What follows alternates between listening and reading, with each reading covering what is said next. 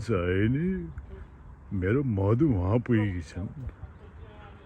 अब चाहिँ नि एक्सर्साइज गरेर जाउँ भनेको एक्लै लुहरू वहाँ पुगिसकेकी छिन्।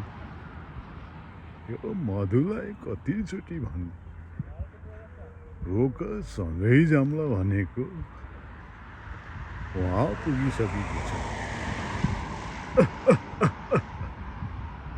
के कुरा गर्नु। अब चाहिँ नि तपाईँलाई चाहिँ नि मनपर्छ भने भिडियोलाई लाइक गर्नु र हामीहरूले यस्तै खालका भिडियोहरू तपाईँ माझ लिनेछौँ। हल्का थोरै राजेश हमालको जस्तो एक्टिङ गरेको कस्तो लागिरहेको छ? पक्कै पनि च्यानललाई सब्सक्राइब गर्नुहुन्छ भन्ने आशा गरेको छु। सबै साथीहरूले यसो टुच्च पाडिदिनु होला भन्न विनम्र अनुरोध गर्दछु। अब बुढो भइयो,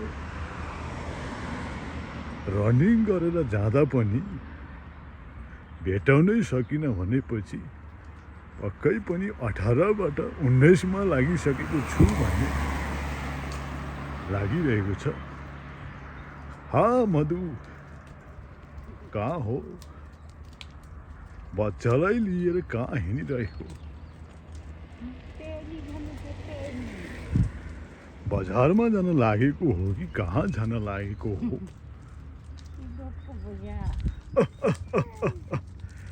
अब चाहिँ यस्तो गर्मीमा चस्मा लगाएर आउनु पर्ने, खाली आउँदा तिम्रो अनुहार नराम्रो देखिन सक्छ होइन?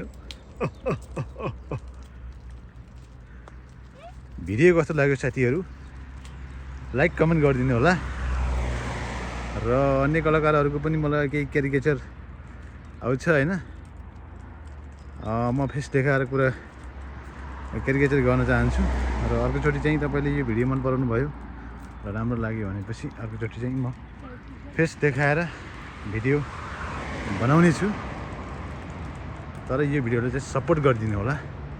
राम्रो भ्युज लाइक आयो भने मैले अर्कोचोटि चाहिँ धेरै कलाकारहरूको क्यारिकेचर गर्नेछु।